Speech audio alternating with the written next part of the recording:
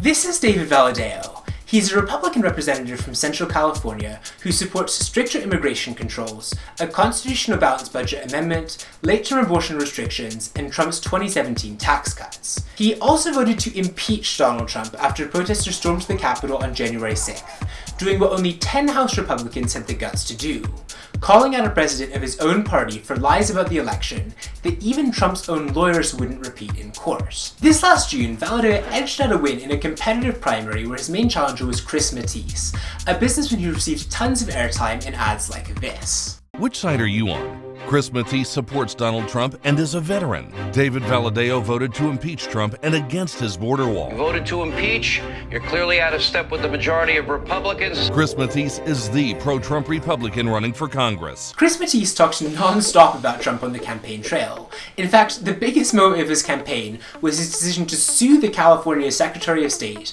for not allowing him to list his ballot designation as a, quote, Trump conservative/businessman. Unfortunately for Mathys, he never actually got Trump's endorsement. Trump simply never weighed in on the 22nd California Congressional District election. What Mathys did get was support from a huge interest group, the House Majority PAC, which spent over $100,000 to run ads that were as lacking in subtlety as they were diversity. Same label, so Republicans gotta check the ingredients. David Valadao claims he's Republican. Yet, David Valadao voted to impeach President Trump. Yeah, Valadao voted to impeach Trump.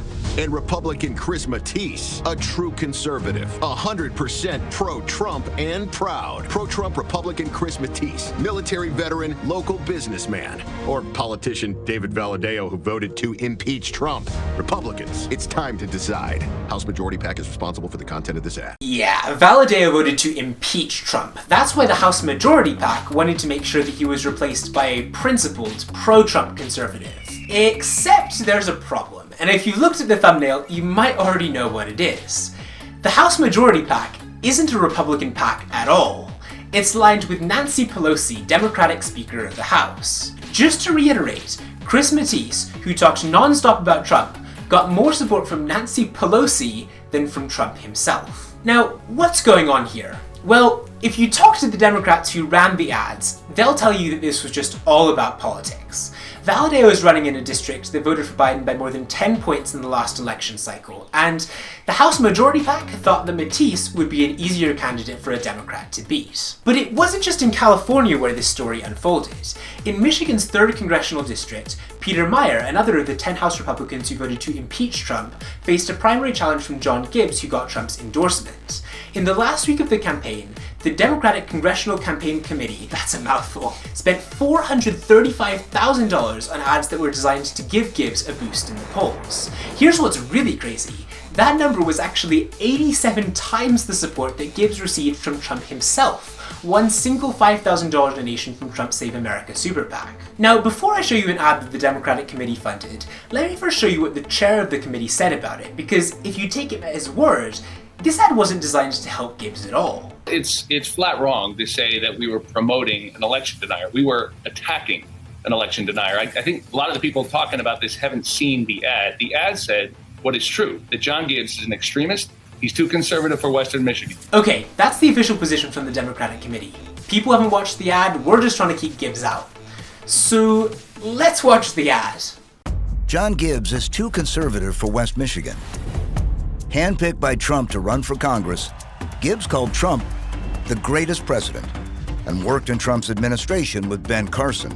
Gibbs has promised to push that same conservative agenda in Congress, a hard line against immigrants at the border, and so-called patriotic education in our schools.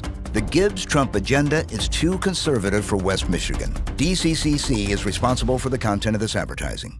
Alright, so in the middle of a Republican primary, the Democratic Committee is running ads with smiling pictures of Donald Trump and John Gibbs, telling people that Gibbs supports stricter immigration controls and scary patriotic education. Patriotic education? Nothing says attack ad in a Republican primary like telling people your opponent is too patriotic. As a side note though, that actually got me interested in what Gibbs actually did and how it was described by his critics in the past. Turns out, Gibbs served on Donald Trump's 1776 commission, which was designed to be a counter to the New York Times 1619 project, and was cancelled by Joe Biden on his first day in office. The 1776 Commission report received a less than glowing reception in the press when it first came out, with news reports from CNN and USA Today describing it as racist school curriculum, and a report which excuses slavery and condemns the legacy of the civil rights movement. David Gura, a reporter from NPR, specifically called out Gibbs for being a, quote, conspiracy theorist with no historical experience. Without taking a position on the 1776 report at all, I think it's safe to say that the Democratic Committee had a few additional vocabulary choices at their disposal other than patriotic if they wanted to describe Gibbs as too extremist. And actually, they did exactly that, but only after Gibbs won his primary versus Peter Meijer with a narrow majority. John Gibbs is a far-right extremist who was carried over the finish line in his primary only by the most fringe elements of his party. Gibbs is a big lie proponent who falsely claimed the 2020 election was stolen and refuses to say that Biden was fairly elected president. They didn't mention any of that second part in the ad at all. As I mentioned already, Gibbs and Mathys were far from the only Trump-allegiant candidates that received help from Democratic advertising during the recent round of Republican primaries. According to Newsweek, Democrats spent $43 million designed to help election deniers win their primaries, with ads painting these candidates as just too pro-life or too dedicated to building a border wall. Democrats paid big money not just to get some of the bravest Republicans out of office, but to make sure they lost to the very faction that enabled January 6th. If you haven't seen Dune and don't want any spoilers, go ahead and skip the next few seconds. The timestamp is below. But for those who have, there's a scene in the movie that this whole political mess reminds me of. It's when Dr. Yue, one of the good guys, disables the shields to let the evil Harkonnen forces in so that they'll save his wife. But then they just kill him anyways. Punishing people for doing the right thing is generally not a great thing to do. The Republican Party, both parties, need people in them who are willing to stand up to bad leadership and do the right thing, even when it's really unpopular. But don't take it from me. Take it from Nancy Pelosi and Joe Biden before Democrats were terrified of losing their control of the House. Don't let your party be hijacked by a cult, essentially. That is what is happening.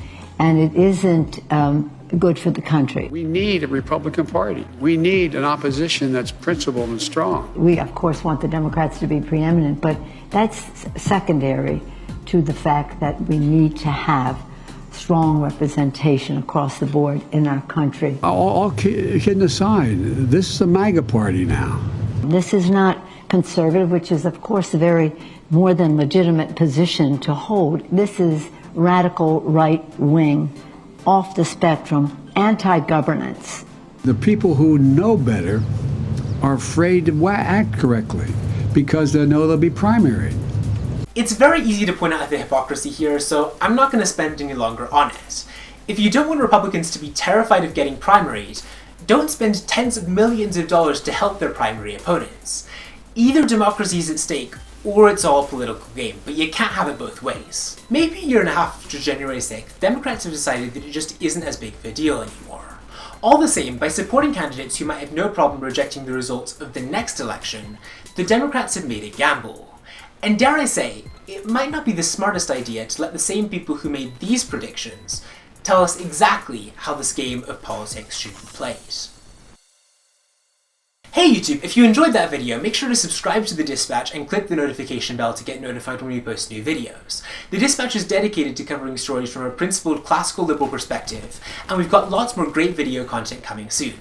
Thanks for watching this one, and have a great rest of your day.